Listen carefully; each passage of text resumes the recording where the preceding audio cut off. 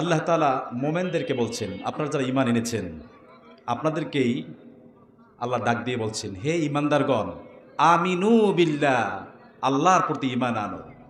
কার প্রতি? আল্লাহর প্রতি। কাদেরকে বলছেন? তা ঈমানদারদেরকে আবার ঈমান আনতে বলবে কেন? আমরা তো ঈমানদার, আবার ঈমান আনতে বলবে কেন?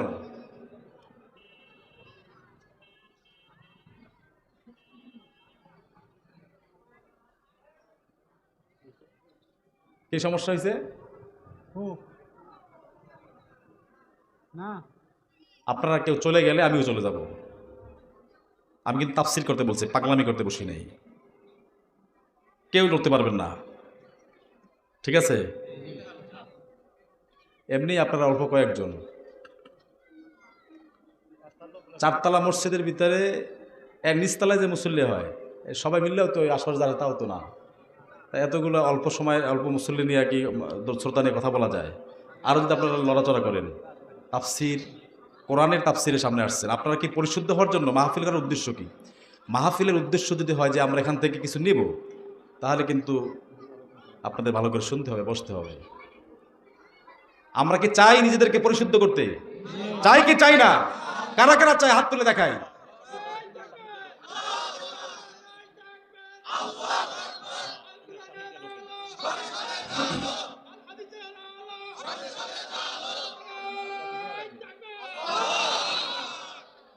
আর আপনারা যারা ওই যে রাস্তায় হাঁটাচলা করতেছেন, আল্লাহর ওলিরা, রাসূলুল্লাহ কি বলছেন নাকি তোমরা যেখানে তাফসীর কোরআন তাফসীর হবে তোমরা দাঁড়াই দাঁড়াই দেখবা? সামনে জায়গা আছে, বসেন। চলে আসেন, কথা শুনি, কোরআন থেকে শুনি। আল্লাহ তাআলা কোরআনে বলছেন, হে ঈমানদারগণ, তোমরা ঈমান আনো আল্লাহর প্রতি। ঈমান আনো কার প্রতি? আল্লাহর প্রতি। আর রসুলের প্রতি, রসুলের প্রতি ঈমান আনতে বলেছেন। এরপরে বলেছেন রসুলকে যে কিতাব দেওয়া হয়েছে ওই কিতাবের প্রতি, এবং ওই নবীদের প্রতি, যেই নবীদের প্রতি আবার যে কিতাব দেওয়া হয়েছে আমাদের প্রিয় নবীদের পূর্বে, তাদের প্রতি। এরপরে আল্লাহ বলছেন ওয়ামাই ইয়াকফুরু বিল্লাহ, যারা আল্লাহকে অস্বীকার করবে, আল্লাহকে যারা অস্বীকার করবে, অমালাইকাতি ফেরেশতাদেরকে যারা অস্বীকার করবে, অকুতুবি যে কিতাবকে যে অস্বীকার করবে, ওয়াল ইয়াউমিল আখির, আখিরাতকে যে অস্বীকার করবে, ফাকাদ দাল্লা দালালাম বাঈদা, এরা সুদূর বিপথে বিভ্রান্তির মধ্যে রয়েছে, বলে নাউজুবিল্লাহ। আল্লাহ রাব্বুল আমিন বলেন, ইয়া আইয়ুহাল্লাযীনা আমানু আমিনু বিল্লাহি ওয়া রাসূলিহি ওয়াল কিতাবিল্লাযী নাযালা আলা রাসূলিহি ওয়াল কিতাবিল্লাযী আনজালা মিন ক্বাবল ওয়া মান ইয়াকফুর বিল্লাহি ওয়া মালাইকাতিহি ওয়া কুতুবিহি ওয়া রাসূলিহি ওয়াল ইয়াউমিল আখির ফাকাদ দাল্লা দালালাম বাঈদা। যে ঈমান এনেছেন, যে ঈমান আমরা আনছি, এই ঈমান আল্লাহর কাছে পছন্দ হয় না। এই জন্য আবার ভালো করে ঈমান আনতে বলছে। এই কথার অর্থ হচ্ছে ঈমানের ভিতরে খাদ আছে, এখানে কি আছে? ঘাটতি আছে, কিছু গ্যাপ আছে, নেফাকি আছে। এই কারণে পরিপূর্ণ মোমেন হওয়ার জন্য আল্লাহ তাআলা তাগাদ দিচ্ছেন। আমরা সবাই ঈমানদার তো? ঈমানদার আমরা সবাই। এই ঈমানদাররা হচ্ছে পৃথিবীর সর্বোৎকৃষ্ট সৃষ্টি আল্লাহ তাআলার। সুবহানাল্লাহ বলবেন না? সর্বোৎকৃষ্ট সৃষ্টি ঈমানদাররা। আল্লাহ তাআলা সেটাও বলেছেন, ইন্নাল্লাযীনা আমানু ওয়া আমিলুস সালিহাত উলাইকা হুম খায়রুল বারিয়া জাযাউহুম ইনদা রাব্বিহিম জান্নাতু আদন তাজরি মিন তাহতিহাল আনহার খালিদিন ফিহা আবাদা রাদিয়াল্লাহু আনহুম ওয়া রাদু আন যালিকা লিমান খাশিয়া রাব্বা। নিশ্চয়ই যারা ঈমান গ্রহণ করেছে, নেক কাজ করেছে, আমলে সলেহ করেছে, এরাই হচ্ছে পৃথিবীর সবচেয়ে উৎকৃষ্ট আল্লাহ তাআলার সৃষ্টি। আল্লাহ তাআলা বলছেন এই উৎকৃষ্ট সৃষ্টির জন্য প্রতিদান হচ্ছে জাযাউহুম ইনদা রাব্বিহিম, মহান রবের কাছে তাদের জন্য রয়েছে উত্তম প্রতিদান। কি প্রতিদান? জান্নাতুন আদন, এমন জান্নাত যে জান্নাতের তলদেশ দিয়ে শতত ঝর্ণাধারা প্রবাহিত, সেখানে তারা চিরস্থায়ীভাবে থাকবে। একদিন, দুদিন, 1 বছর, 2 বছর, 100 বছর, 1000 বছর নয়, শুরু আছে শেষ নাই, অনন্তকালের জন্য সেখানে তারা থাকবে, এবং সেখান থেকে তাদেরকে এক মুহূর্তের জন্য বের করে দেওয়া হবে না। আল্লাহ রাব্বুল আমিন বলেন এটা এই কারণে দেওয়া হবে কারণ হচ্ছে আল্লাহ রাব্বুল আমিনকে তারা ভয় করার নীতি অবলম্বন করেছিল। যালিকা লিমান খাশিয়া রাব্বা, যেহেতু আল্লাহ রাব্বুল আমিনকে তারা ভয় করে চলেছে। দুনিয়ার জীবনে যখন তারা দুনিয়ার জীবনটাকে জানলো, কোরআন থেকে যখন জেনে নিল, ফাআম্মা মান তাগা ওয়া আথারাল হায়াতাদ দুনিয়া ফাইন্নাল জাহিমা হিয়াল মাওয়া। যারা সীমালঙ্ঘন করলো যারা সীমালঙ্ঘন করলো, দুনিয়ার জীবনকে অগ্রাধিকার দিল, নিশ্চিত জাহিম নামক জাহান্নাম তাদের জন্য অবধারিত হয়ে গেল। এই কথা জেনে জেনে যারা মহান রবকে ভয় করে চলেছে, লালসা মুক্ত জীবনযাপন করেছে, দুনিয়ার টাটকা সুখগুলোকে উপেক্ষা করে আল্লাহর পথে তারা চলেছে। সুবহানাল্লাহ। আল্লাহ রাব্বুল আমিন বলেন, ঈমান আনতে বলেছে, কারণ ঈমানদাররা সবচেয়ে উৎকৃষ্ট সৃষ্টি। ভালোভাবে ঈমান আনার জন্য বলা হয়েছে। আল্লাহ তাআলা বললেন, ওয়ামাই ইয়াকফুরু বিল্লাহ, যারা আল্লাহকে অস্বীকার করবে, আল্লাহর সাথে যারা নাফরমানি করবে, যারা কুফরি করবে, কিতাবকে যারা অস্বীকার করবে, রসুলকে যারা অস্বীকার করবে, ফেরেশতাকে যারা অস্বীকার করবে, মালায়েকদেরকে যারা অস্বীকার করবে, আখিরাতকে যারা অস্বীকার করবে, এরা সুদূর বিপথে বিভ্রান্তির মধ্যে রয়েছে। অর্থাৎ এমন বিভ্রান্তির মধ্যে রয়েছে তাদের হেদায়েত কখনোই নসিব হবে না। নাউজুবিল্লাহ। এরপর আল্লাহ রাব্বুল আমিন বলেন, ইন্নাল্লাযীনা আমানু, নিশ্চয় যারা ঈমান গ্রহণ করেছে, সুম্মা কাফারু, আবার যারা কুফরি করলো। এরপরে আবার বলা হচ্ছে, ইন্নাল্লাযীনা আমানু সুম্মা কাফারু সুম্মা আমানু সুম্মা কাফারু। যারা ঈমান আনলো, আবার ঈমান আনার পরে কুফরির দিকে ফিরে গেল, আবার ঈমান আনলো, আবার কুফরির দিকে ফিরে গেল। যখন আপনাকে সম্মানজনক রিজিক দেওয়া হয়, যখন আপনাকে ভালো রাখা হয়, আপনার স্বাস্থ্য ভালো, টাকা পয়সা আছে, ভালো চাকরি আছে, আপনাকে যখন আল্লাহ সম্মানিত করলেন, তখন আল্লাহ আপনার আল্লাহ থাকে। আবার যখন আল্লাহ আপনাকে পরীক্ষা করেন, অভাব দিয়ে, অনটন দিয়ে, দুঃখ দুর্দশা দিয়ে, বিপদ আপদ দিয়ে, তখন আপনি কুফরির দিকে ফিরে যান, তখন আল্লাহ আপনার আল্লাহ থাকে না। এইভাবে করে আপনি বারবার এরকম করছেন। আল্লাহ বলছেন, এই কাজগুলো যারা করবে, আল্লাহ রাব্বুল আমিন তাদেরকে কোশ্চিন কালেও ক্ষমা করবেন না এবং তাদেরকে সঠিক পথ দেখাবেন না। আল্লাহ রাব্বুল আমিন বলেন, বাশশিরিল মুনাফিকিনা বিআন্না লাহুম আযাবান আলীমা। হে রাসূল, তাদেরকে, এই সব মুনাফিকদেরকে জাহান্নামের কঠিন যন্ত্রণাদায়ক আযাবের সুসংবাদ দিয়ে দিন। জাহান্নামের আযাবের কি সুসংবাদ হয় নাকি?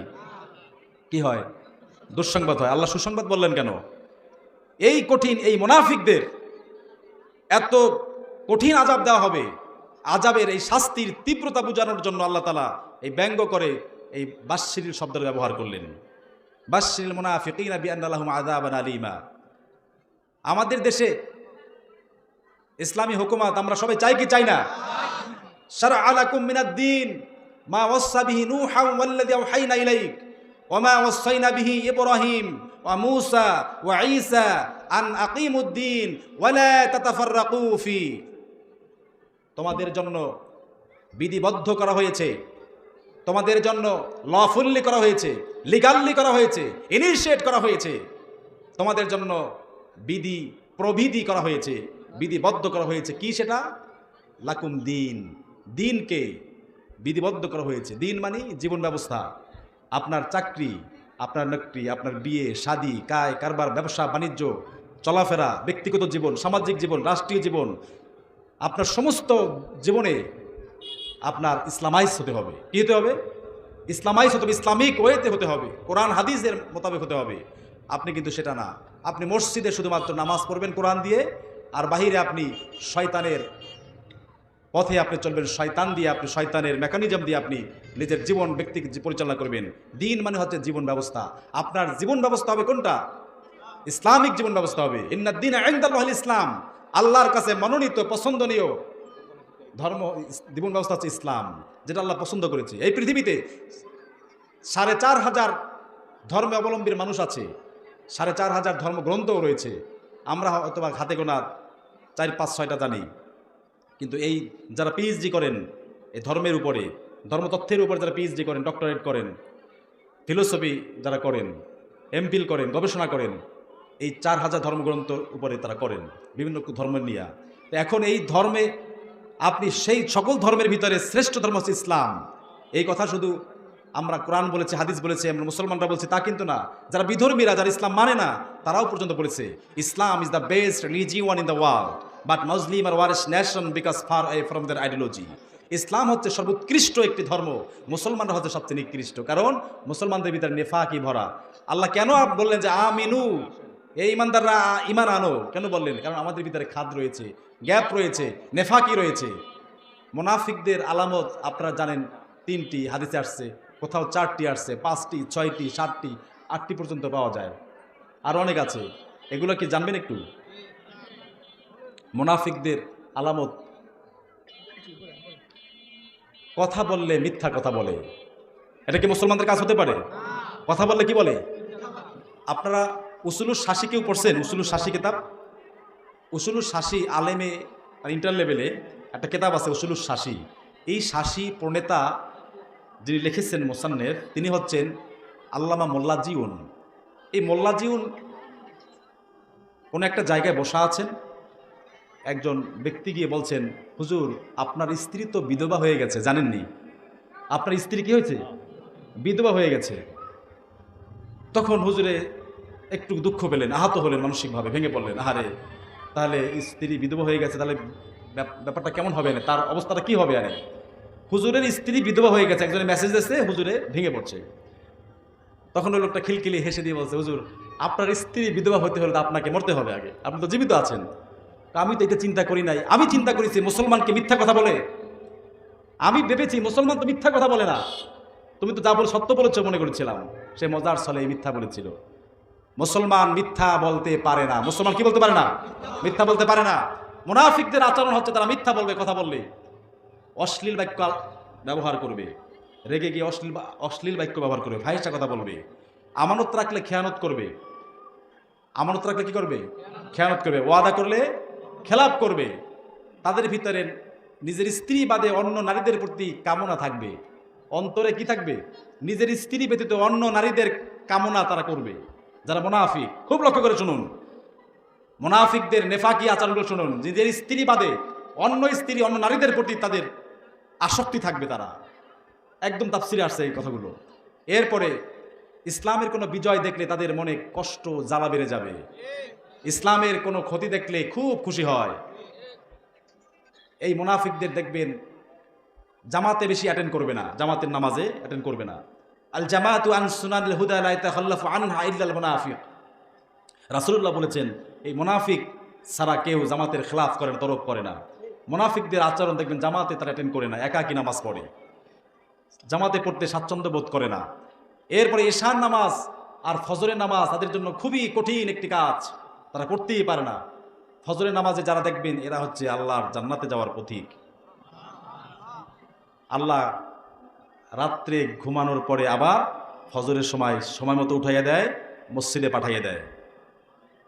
আল্লাহ যদি আপনার প্রতি নারাজ হয়ে যান, বুঝবেন আপনার, কিভাবে বুঝবেন? যখন দেখবেন সেজদা আপনার থেকে উঠে গেছে, আপনাকে সেজদা দেওয়ার সুযোগ হচ্ছে না আপনার, আপনি কোনো না কোনো কাজে কোনো ব্যস্ততায় আপনি নামাজ আপনার পাস হয়ে যাচ্ছে, পড়তে পারছেন না, আল্লাহকে সেজদা করতে পারছেন না। মনে করতে হবে আল্লাহ আপনার প্রতি নারাজ হয়ে গেছে। আপনি দুনিয়াতে খুব ভালো আছেন, 1000 কোটি টাকা ব্যাংক ব্যালেন্স করেছেন, অনেক দামি গাড়িতে আপনি চলেন, লোকেরা আপনাকে স্যালিউট দেয়, অনেক সম্মান করে, বিভিন্ন জায়গায় আপনাকে ইনভাইটেশন দেয়। আপনি মনে করবেন না এটাই বুঝে আপনার সাফল্য। এটা আপনার সাফল্য নয়। আপনার সফলতা হচ্ছে যে আল্লাহর সাথে আপনার কানেক্টিভিটি রয়েছে, আল্লাহর সাথে আপনার ভালো সম্পর্ক রয়েছে। আল্লাহর সাথে যদি সম্পর্ক ছেদ হয়ে যায়, তাহলে আপনার শেষ। এই জন্য আল্লাহর সাথে সম্পর্ক বিনির্মাণের জন্য যে কাজটি করতে হয় সেটা হচ্ছে অসজুদু ওয়াকতারিব, সেজদা দাও, আল্লাহর সাথে সম্পর্ক করো, নিকটবর্তী হয়ে যাও। এখন আমরা আমাদের ইমানের দাবিতে কতটুকু সত্যিকার ইমানদার, আমরা যদি একটু কোরআন হাদিস দিয়ে যাচাই করি তাহলে দেখতে পারবো যে এই যে কথাগুলো বললাম, কয়েকটা আলামত বললাম, নেফাকের আলামত, মুনাফিকের আলামত, সেগুলো যদি আমাদের ভিতরে থাকে, আজ থেকে আমাদের এগুলো ডিলিট করে একনিষ্ঠ আল্লাহর গোলাম হয়ে যেতে হবে। রাজি আছি সবাই? আল্লাহ আপনাকে আমাকে সবাইকে একনিষ্ঠ গোলাম হিসেবে কবুল করবেন, আমিন। আল্লাহ রাব্বুল আমিন বলেন, বাশশিরিল মুনাফিকিনা বিআন্না লাহুম আযাবান আলীমা হে রাসূল, এই সমস্ত মুনাফিকদেরকে জাহান্নামের কঠিন আযাবের সুসংবাদ দিয়ে দিন। আল্লাযীনা ইত্তাখিযুনাল কাফিরিনা আউলিয়া মিন দুনিল মুমিনিন, এদের দেখবেন আরেকটা কোয়ালিটি হচ্ছে তারা মুমিনদেরকে বাদ দিয়ে কাফেরদের সাথে বন্ধুত্ব স্থাপন করে। মুমিনদেরকে বাদ দিয়ে কাফেরদের সাথে বন্ধুত্ব সম্পর্ক আল্লাহ নিষেধ করেছেন।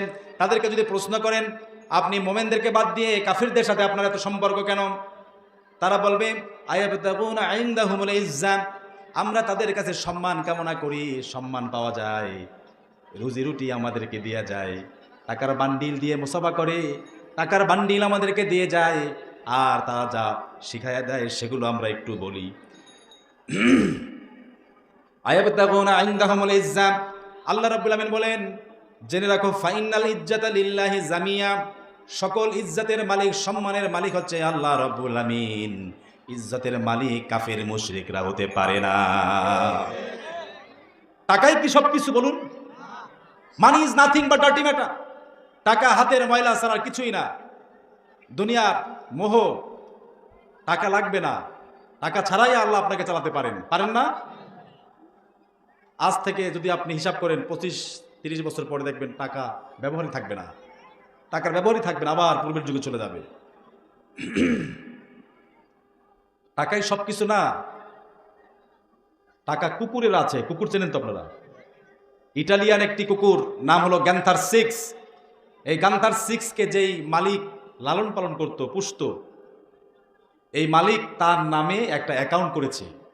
ওই অ্যাকাউন্টে 5,202,66,00,000 টাকা ট্রান্সফার করে দিয়েছে। এখন এই কুকুরটি কত টাকার মালিক? 5,202,66,00,000 টাকার মালিক গ্যান্থার 6। আপনি আব্দুর রহমান আব্দুল্লাহ, আল্লাহর বান্দা, কয় টাকার মালিক আপনি? একটা কুকুর এত টাকার মালিক। এই কুকুরটির জন্য একটা জেট প্লেন আছে, গোটা পৃথিবীতে তার ঘোরার ভিজিট করার পারমিশন রয়েছে। এই কুকুরটির 40 জন প্রোটোকল অফিসার রয়েছে। এই কুকুরটিকে সেবা দেওয়ার জন্য বেশ কিছু লোক কাজ করে। কেউ কুকুরটিকে গোসল করাইয়া দেয়, কেউ শ্যাম্পু দিয়ে দেয়, কেউ এয়ার ব্লোয়ার দিয়ে শুকাইয়া দেয়। এই কুকুরটিকে কেউ হাঁটতে নিয়ে যায়, এই কুকুরটি কেউ খাওয়াইয়া দেয়, কেউ ঘুরতে নিয়ে যায়। এই কুকুরটির দৈনন্দিন খাদ্য মেনুতে আছে গোশত আর ক্যারোবিয়ান একটা আইটেম। এই ক্যারোবিয়ান আইটেমটা হচ্ছে কি? এটা হচ্ছে স্টারজন মাছের ডিম। কি মাছের ডিম? স্টারজন মাছ, নাম শুনেছেন? স্টারজন মাছ, এই মাছটি বঙ্গোপসাগরে পাওয়া যায় না, এটি পাওয়া যায় কাস্পিয়ান সাগরে, কৃষ্ণ সাগরে পাওয়া যায়। সেখান থেকে এই মাছের ডিম সংগ্রহ করার জন্য একটা টিম কাজ করছে। এই কুকুরটির এত ডিগনাইটি, অথচ কুকুর তো আশরাফুল মাখলুকাত না। আশরাফুল মাখলুকাত? আশরাফুল মাখলুকাত কে? আমরা। আশরাফুল মাখলুকাত আমরা কেন হয়েছি? আমাদের মনুষ্যত্ববোধের কারণে হয়েছি। মানুষ শ্রেষ্ঠ হচ্ছে মনুষ্যত্ববোধের কারণে, আর এই মানুষ আবার উৎকৃষ্ট হয়েছে ঈমানের কারণে। কিসের কারণে? ঈমানের কারণে। আবার এই মানুষ সবচেয়ে জাহান্নামের নিকৃষ্ট নিম্ন স্তরে আল্লাহ নিক্ষেপ করবেন, আর সেটা হচ্ছে মুনাফিকের কারণে। কিসের কারণে?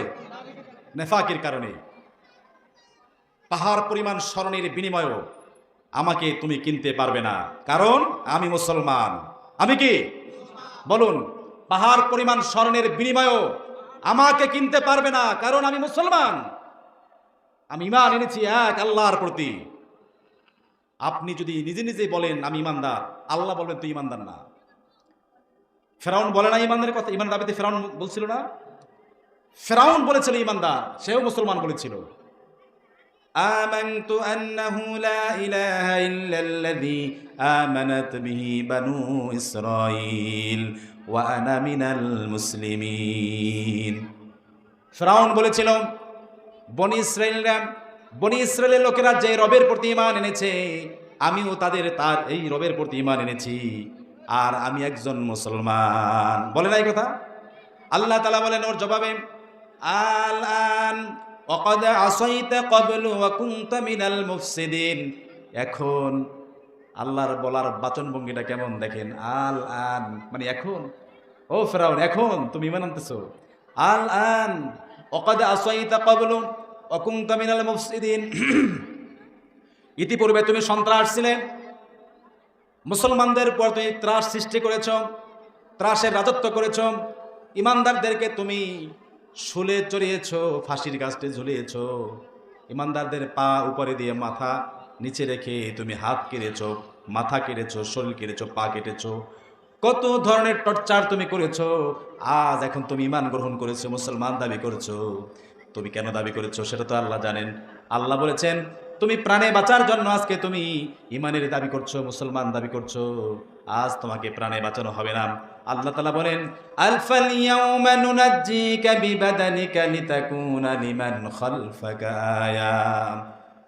আজ আমি তোমার জিসিমকে, তোমার দেহকে, ডেড বডিকে আমি বাঁচায় রাখবো, কিয়ামত দিবস পর্যন্ত আমি সেভ করব, যাতে করে পৃথিবীর সকল ইরোগেন পার্সন যারা ছিল, আল্লাহ উদত্ত প্রদর্শনকারী যারা ছিল, এরা যারা শিক্ষা নিতে পারে আল্লাহর দ্রোহী, আল্লাহর সাথে উদত্ত আচরণ করলে তার পরিণাম কি হতে পারে, এই শিক্ষা নেওয়ার জন্যই আমি তোর লাশটাকে রেখে দেব।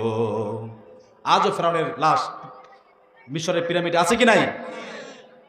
এখন আপনি বলুন, এই ফেরাউন ইমানদার বলছে, আপনিও ইমানদার বলছেন, আমিও ইমানদার বলছি। ইমানের দাবিতে ইমানদার কে? আল্লাহ তাআলা বলেন ওয়ামিনান নাসি মান ইয়াকুলু আমান্না বিল্লাহ ফাইযা উযিয়া ফিল্লাহ জাআলা ফিতনাতান নাসি কাআযাবিল্লাহ ওয়ালা ইন জাআ নাসরুম মির রাব্বিক লা ইয়াকুলুন্না ইন্না কুন্না মাআকুম আওয়ালাইসা আল্লাহু ইয়ালাম বিমা ফি সুদুরিল আলামিন। মানুষের ভিতরে কিছু মানুষ আছে যারা বলে আমরা আল্লাহর প্রতি ঈমান এনেছি, আখিরাতের প্রতি ঈমান এনেছি, আর এই মানুষদেরকে যখন মানুষ কর্তৃক পরীক্ষা করা হয় তখন সেটাকে তারা আল্লাহর আযাব বলে মনে করে, আল্লাহর আযাব বলে মনে করে তাদের থেকে আলাদা হয়ে ডাইভার্ট হয়ে দূরে সরে যায়।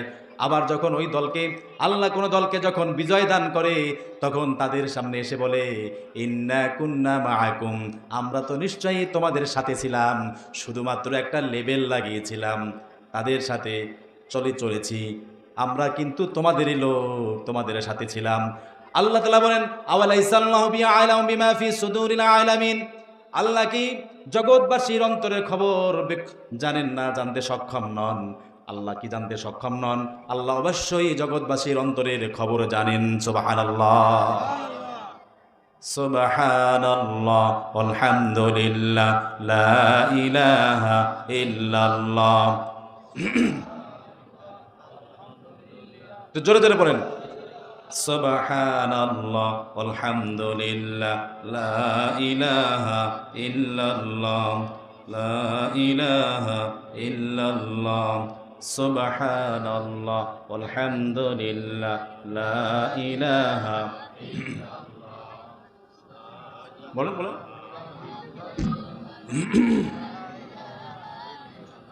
সুবহানাল্লাহ, আলহামদুলিল্লাহ, লা ইলাহা ইল্লাল্লাহ, মুহাম্মাদুর রাসূলুল্লাহ সাল্লাল্লাহু আলাইহি ওয়াসাল্লাম। আল্লাহ তাআলা কাকে বেশি পছন্দ করেন বলতে পারেন? আল্লাহ তাআলা ইগোলেস পারসনদেরকে পছন্দ করেন, যাদের কাছে ইগো থাকে না, অহংকার থাকে না, মৌলিক মানবীয় কিছু দুর্বলতা আছে। মানবিক দুর্বলতা কি জানেন আপনারা?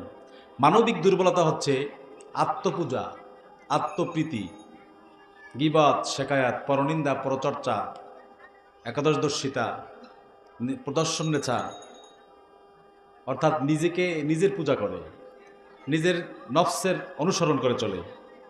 অনেক মানুষ দেখবেন বক্তা কি কয়, কি শুনবো, দাঁড়াই দেখি, ভালো লাগলে শুনবো না যাবো। আরে মেয়ে, তুমি তো নিজেই চেনো, নিজেকে চেনো না। তুমি তো আল্লাহর খলিফা, তুমি তো আল্লাহর প্রতিনিধি, আল্লাহর জমিনে দ্বীন প্রতিষ্ঠা করবা তুমি।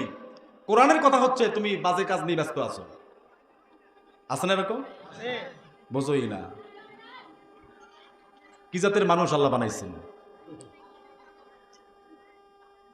আল্লাহ রাব্বুল আমিন কোরআন কারিমে বলেন ওয়াকাযালিকা জাআলনা লিকুল্লি নাবিয়্যিন আদুওয়ান শায়াতিনাল মিনাল ইনসি ওয়াল জিন্নি।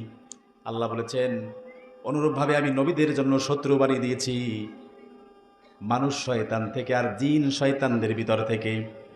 মানে শয়তানদের ভিতরে দুইটা প্রকার আছে। কয়টা? একটা হলো জিন শয়তান, আর একটা কি মানুষ শয়তান। এখন শয়তান এটা একটা ডেজিগনেশন। শয়তানটা কি?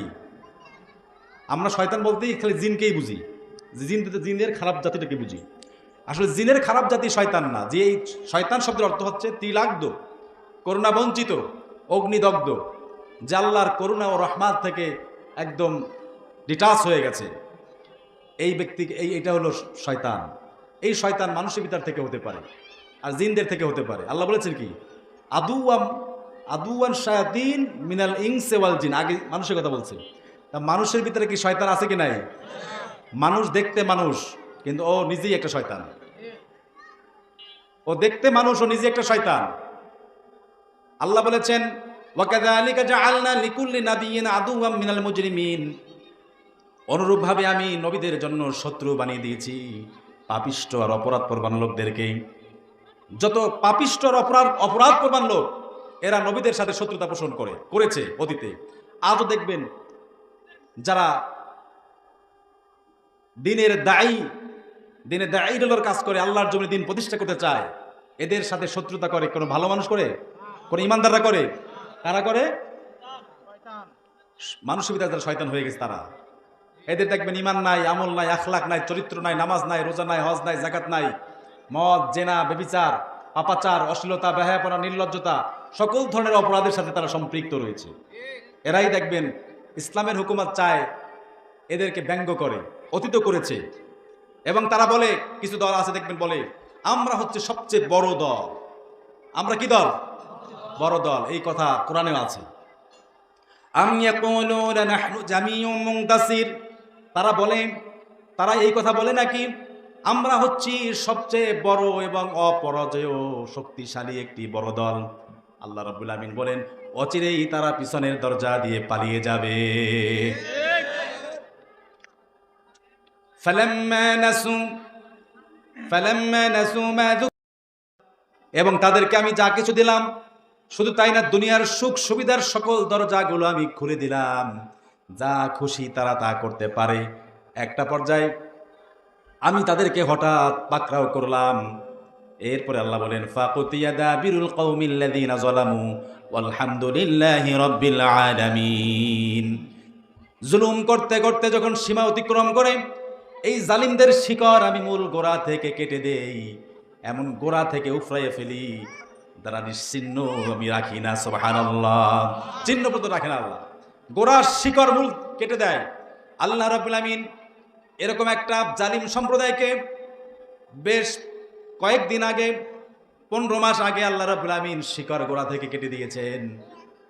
সমূলে 300 আসনের যারা ছিলেন, এমপি মন্ত্রী সহ বড় বড় মাথা, সবগুলো তারা পালিয়েছে কিনা? নতুন আর একটা দল তারা চেষ্টা করছে, আমরাও এরকম একটা রাজত্ব করব। আল্লাহ তাআলা গোড়ার শিকড় কেটে দিয়েছেন, আর একটা জালিমকে বসানোর উদ্দেশ্যে নয়, বরং আল্লাহর হুকুমতকে কায়েম করার জন্য এটা করেছে। যার প্রমাণ জাহাঙ্গীরনগর বিশ্ববিদ্যালয় আপনারা দেখেছেন, জীবনেও এটা এই দল যারা করে তারা কাজ করতে পারে নাই, কিন্তু সেখানে সেই প্যানেল জিতে গেছে। জাকসু ডাকসু সবকিছু সব জায়গাতে তারা এখন মাথা খারাপ হয়ে গেছে। এখন কিন্তু আমাদের মাথার উপরে চৈরা যারা করতেছে তারা কিন্তু আসলে আমাদের লোক না।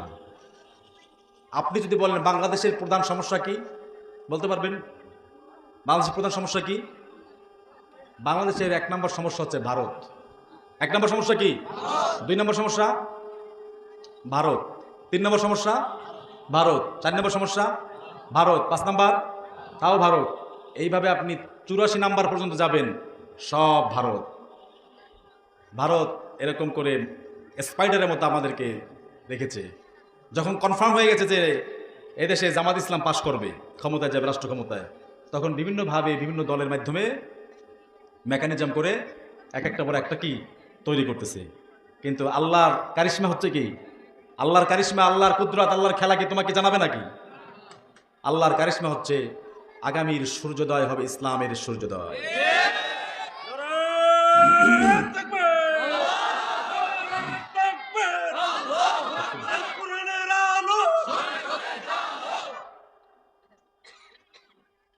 পুলিশ মহিবুল্লাহ এসে আপনাদেরকে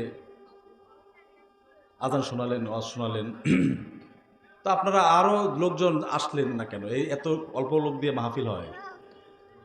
হ্যাঁ, আজকে গাড়াই ভিডিও নিতে প্রিয় ভাইরা, তাহলে আমি কি বিষয়ের উপরে আপনাদেরকে আলোকপাত করলাম?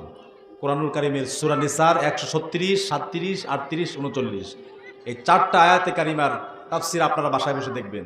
এখানে বিস্তারিত পাবেন যে মুনাফিক কারা, আসলে আল্লাহ ইমানদারদের ইমান আনতে বলছে কেন, আমরা তাহলে প্রকৃত ইমানদার হই নাই, তা ইমান আনার জন্য কি করণীয়, কি কি উপরে ইমান আনতে হবে, ইমান ভঙ্গ হওয়ার কারণ কি, ইমান বিধ্বংসী কারণগুলো কি, এই বিষয়গুলোর উপরে আমাদের স্টাডি করতে হবে যদি আমরা সত্যিকার অর্থে ইমানদার হয়ে জান্নাতে যেতে চাই।